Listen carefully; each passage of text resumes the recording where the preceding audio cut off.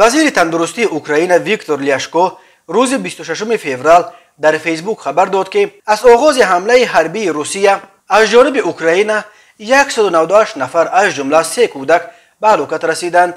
1115 نفر با شمول 33 کودک جراحت برداشتند. جانب روسیه درباره تلفات خود تا کنون یگان اطلاع رسمی نداده است، ولی وزارت مدافع اوکراین نیمه دوم روز 25 فوریه خبر داد که طی 2 روز حمله نیروهای روسیه، نیروهای اوکراین 2800 عسکر و افسر تا 80 تانک، 10 هواپیما و 7 چرخبال ارتش روسیه را نابود کردند.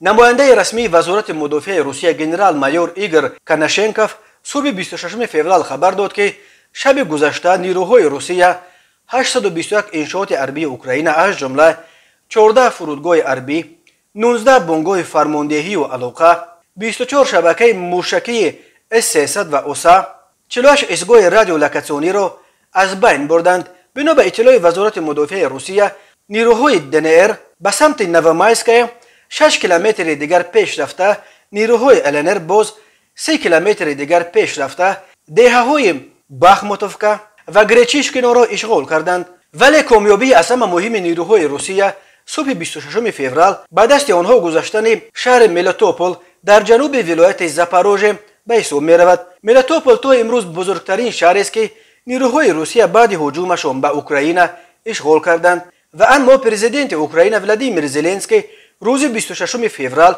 اظهار داشت که در عموم به ارتش روسیه میسر نشد که اشغال زود و آسان مرکزهای مهم اوکراین نوئل شده برتری را در جبهه جنگ به دست بیاورد. ما توانستیم مقاومت نشان داده حمله های دشمن را زده برگردانیم. جنگ ها در شمار زیادی از شهر و منطقه های کشور ادامه دارد. کیف و شهرهای کلیدی اطراف پایتخت در دست ارتش ما قرار دارند. اشغالگران میخواستند پایتخت ما را به دست آورده در اینجا به مثل دنیسک لختکای خود را به کرسی قدرت بشینانند، ولی ما نقشه آنها را برباد دادیم. آنها حتی به برتری اندک بر بالای ما دست نیافتند. اظهار داشت زلنسکی. شهردار کیف سابق قهرمان بوکس جهان ویتالی کلیچکو در یک پیام ویدیویی گفت هر چند شب در پایتخت به سختی پشت سر شد ولی نیروهای روسیه وارد شهر شدن نتوانستند. او گفت نیروهای روسیه از سمت ژیتومیر و گاستومیل تلاش ورود به کیف را کردند ولی پیش روی آنها را گرفتند. ولی کلیچکو هشدار داد که در داخل شهر گروه‌های دیورسیونی راه یافتند. به گفته شهرداری کیف تا ساعت 6 صبح 26 فوریه در نتیجه تیرپرانی‌های بین حامیان کیف و دیورسانت‌های روس 35 نفر از جمله 2 کودک زخمی شدند. کلیچکو گفت در شهر پاسگاه‌ها تشکیل کرده می‌شوند. او همچنین خبر داد که نقلیات جمعیتی در شهر کار می‌کند ولی با استثنای خط سرخ مترو که آن را به پناهگاه تبدیل دادند. نیروهای روسیه صبح بر وقت 24 فوریه از سمت دنباس، بلاروس، کریم و بحر سیاه به قلمرو اوکراین حمله کردند.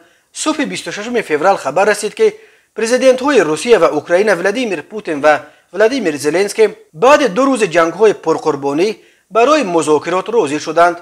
شام 25 فوریه وزارت کارهای خارجه روسیه خبر داده بود که گویا کیف پیشنهاد پوتین برای در مینسک دایر کردن مذاکرات را رد کرده است و زلنسکی به جای مینسک وارشاوا را همچون مکان گفتگو پیشنهاد کرده است. ولی سرگئی نیکیفروف سخنگوی پرزیدنت اوکراین در فیسبوک گفت جانب اوکراین برای مذاکرات آماده است و در حال حاضر طرف‌ها مسئله مکان و زمان مذاکرات را مشورت کرده ایستادند.